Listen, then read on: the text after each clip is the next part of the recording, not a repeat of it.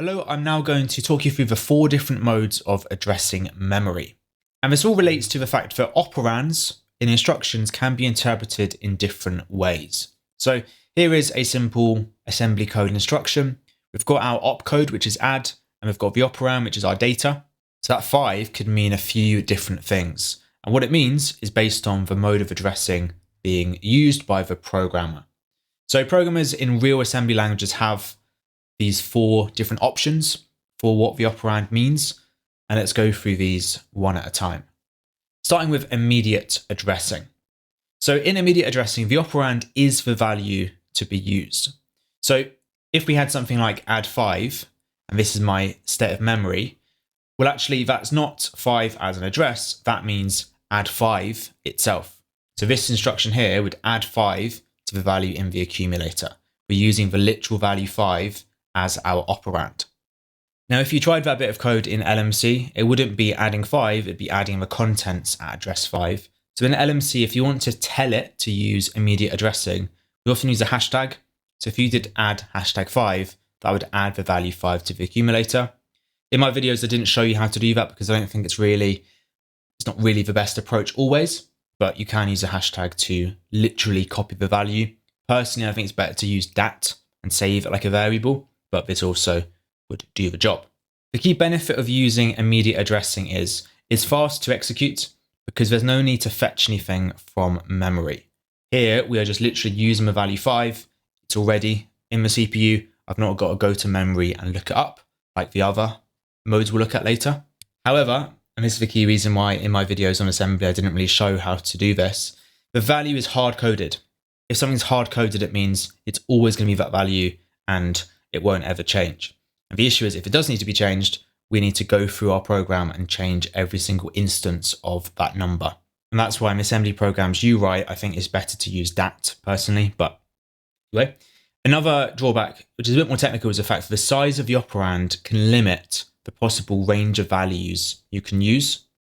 Well, what do we mean by this? Well, perhaps the opcode is stored using 4 bits, maybe, and perhaps, let's say the operand is also stored using 4 bits. It might be bigger, but let's say it's just 4 bits hypothetically.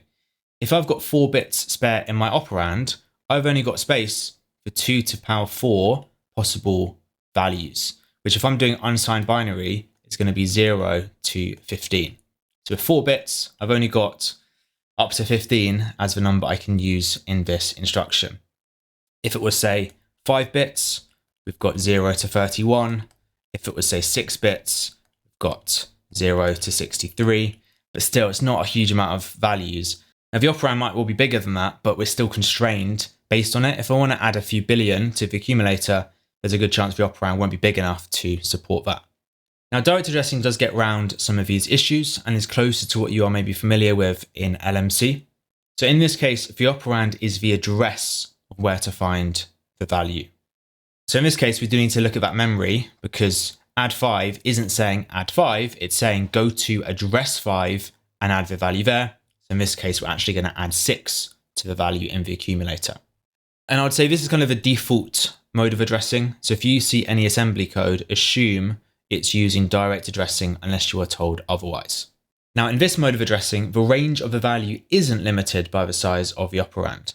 So it hasn't got the flaw which immediate addressing has.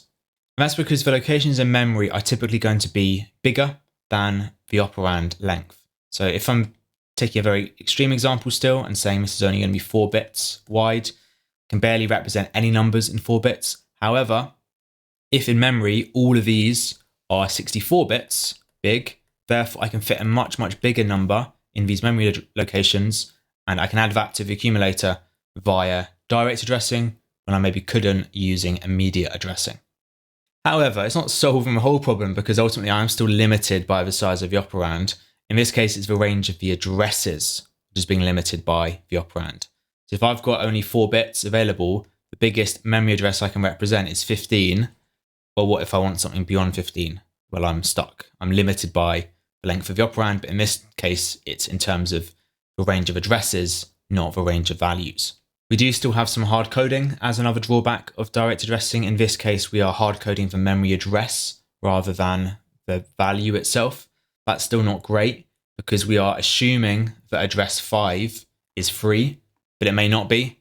We don't know that for sure when we're coding, so that's not great. It's why in LMC, I'd always get you to use dat instead, because dat would always find the next free address. But here we don't know if it's free or not. We're assuming it's going to be free, but it might not be. And this is a lot slower than immediate addressing. With immediate addressing, it's immediately there.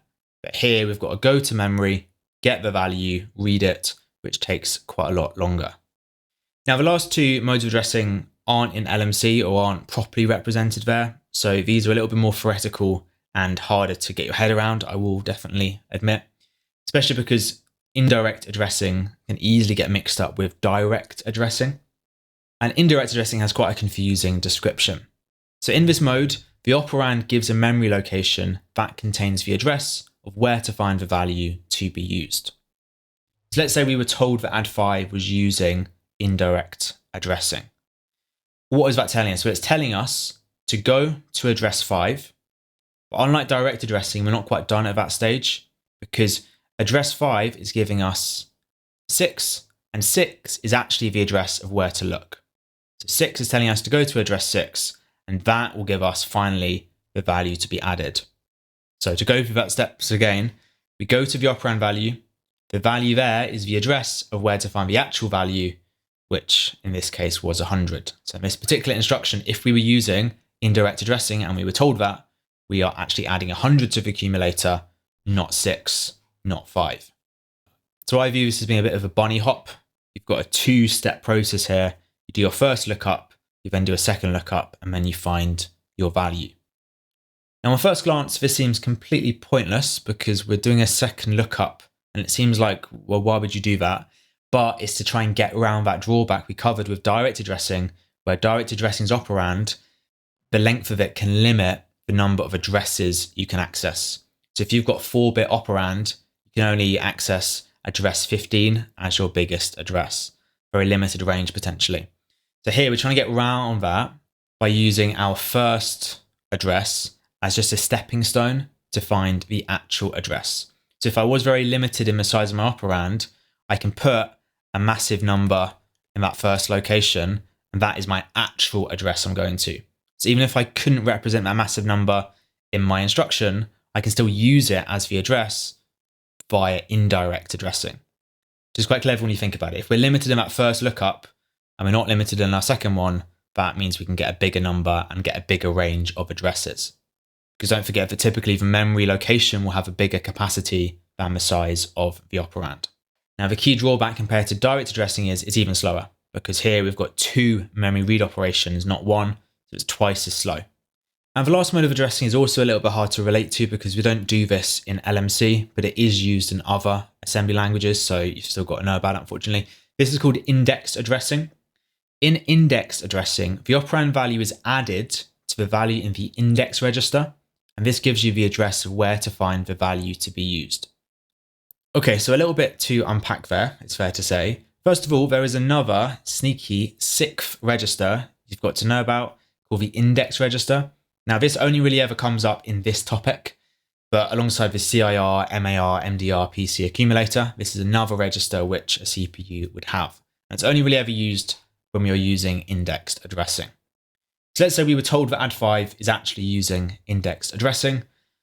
Well, what does that mean? Well, we're going to, first of all, add the operand, which is 5, to the value in the index register.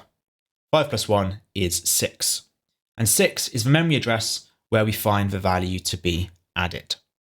We go to address 6 has got 100 in it, therefore we're adding 100 to the accumulator. Now, I've used add5 as my example instruction here. We are always going to be adding the operand to the value in the index register, regardless of whether we are using addition or subtraction or something like that. Now, why would some assembly programmers decide to use indexed addressing at various points in their program? Well, they might do it if they are using arrays or they're trying to implement the equivalent of an array, because this allows us to use index numbers with our arrays, not the memory addresses. Now, that needs a little bit of explanation for sure. Now, this is hard to picture because LMC doesn't have arrays, but we might have the equivalent of an array in another language. We would look at it like this if it was in high-level code, and we typically use index numbers to refer to each element. So item 0 here is index 0, item 6, index 1, and so on and so on. Programmers are used to this. They like using index numbers. It's easy for us to refer to. Certainly much easier than the actual address, because the index numbers aren't the same as the memory address. We actually need to know the memory address to be able to actually access any of these. So if I did print nums index 2, I'd want to see 100 because that's the index number, but I need some way of actually converting that to the actual address it's located at. So how can I go from what I want to use, which is 2, to the actual address, which is 6? Well, what the programmer does is it puts in the index register the address of your first element. Our first element here, 0, is actually at address 4. And if I put 4 in my index register, when I want to index my array using indexed addressing, it's going to be able to convert between the index number and the actual underlying address. Because if I'm doing something like print nums index 2, it's actually adding 2 to the index register. 2 plus 4 is 6. And that's giving the computer the actual address of where to find 100. If I wanted to get nums index 3, it's going 3 plus 4 is 7. Okay, index 3 is actually at address 7. We would get minus 40. This is quite a clever way of allowing us to still use index numbers while actually using the underlying memory addresses. The only real downside of this is we have got to do that initial step of figuring out what the initial value should be in the index register. We've got to find the address of our first element and put it there. There's a little bit of pre-processing you've got to do before you can start using indexed addressing.